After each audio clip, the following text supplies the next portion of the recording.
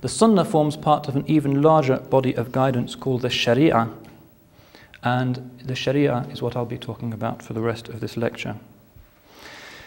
Characteristically, the word Shari'ah is translated by journalists as Islamic law. In fact, it doesn't really mean Islamic law.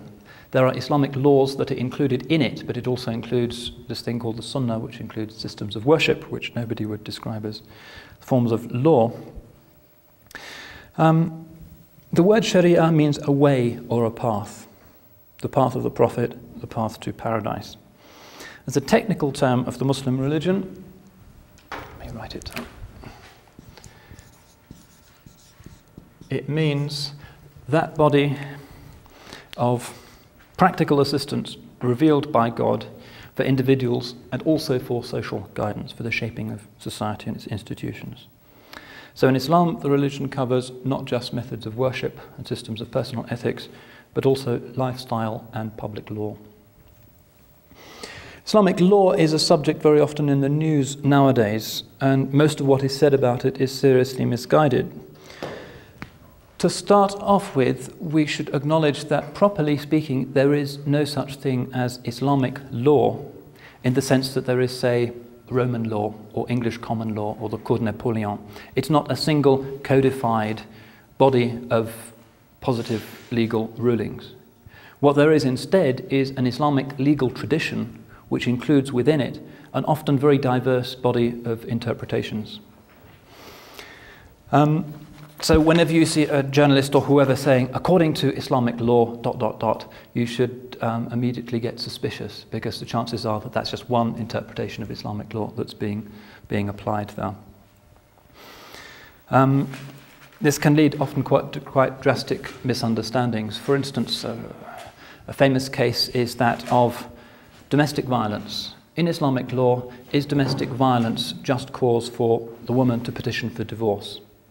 And journalists will often say, no, it's not, on the basis of what happened in places like Pakistan, where they follow one tradition of Islamic law called the Hanafi school, which says that domestic violence is not grounds for the wife to petition for divorce.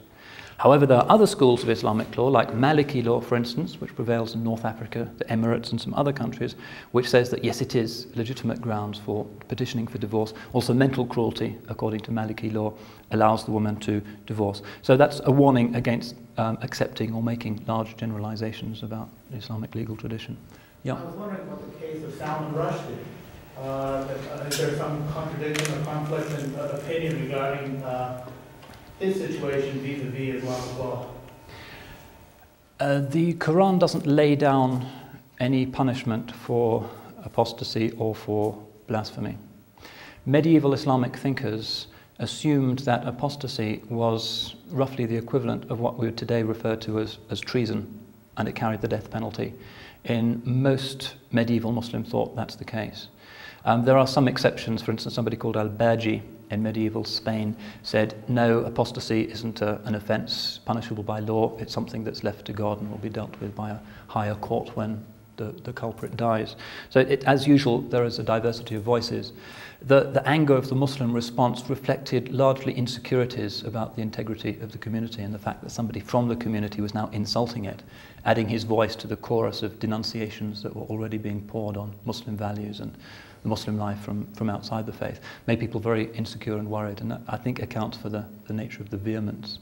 But a lot of Muslim authorities never accepted, say, Khomeini's death penalty. I remember when, at the height of the affair, and in England it was a lot sharper and more worrying than I'm sure it was in the States. I actually telephoned the highest Sunni legal authority, which is the Al-Azhar University in Cairo, where I have contacts. I spoke to the deputy head and said, what's the Azhar's position? And they said, oh, weeks ago we issued a fatwa saying that Salman Rushdie should not be sentenced to death, and Sunni Muslims distance themselves from the fatwa and so forth. So I noted this down and contacted one of the daily newspapers in England and said, well, why don't you report the fact that most Muslim authorities, as exemplified by the Azhar, don't support this, instead of saying, according to Islamic law, ...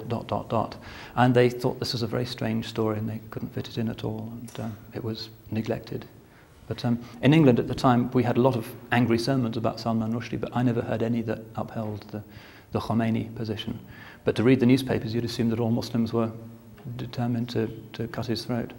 It was a very tense time. But it's an illustration of the diversity that exists, and also the fact that people can use Islamic law as a justification for their own political purposes, which is basically what Khomeini was doing. The credibility of the revolution had declined after 9 years, and in order to put himself in the center stage again, he hit on this issue.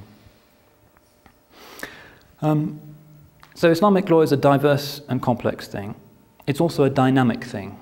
It is not a static system of law. It does have mechanisms for adapting to changed circumstances. These mechanisms are lumped together under the general heading of ijtihad, which means the independent exercise of reason to amend the law or to arrive at a law where none hitherto existed. The broad parameters are still those of the Quran and the Hadith, but very often the Muslims found that circumstances arose in their lives which simply weren't covered by the Quran and the Hadith, particularly as the Muslims burst out of Arabia and came face to face with much more complex, advanced, sophisticated civilizations, legal, financial traditions and so forth, on which there seemed to be no clear guidance. This principle of ijtihad had to come up. And if I get any time, I'll give you a few examples of how that mechanism works nowadays. I want to make the point that there is an image of Islam as being essentially a legalistic faith, that law is at the center of Muslim concerns. Well, if we look at the Quran's concerns, we find that only about 500 of its 6,000 odd verses are to do with rules and regulations. It's a good way of attacking that stereotype. That's the Quran's sense of proportion. The rest of the Quran is made up of statements about the divine nature, God's intervention in history, stories of the earlier prophets, spiritual lessons, and so forth. In fact, it's acknowledged that the implementable legislative verses of the Quran number no more than about 80. Clearly not enough to regulate a society. So in formulating Islamic law, the classical jurists looked primarily at the Hadith, which give a lot more detailed guidance.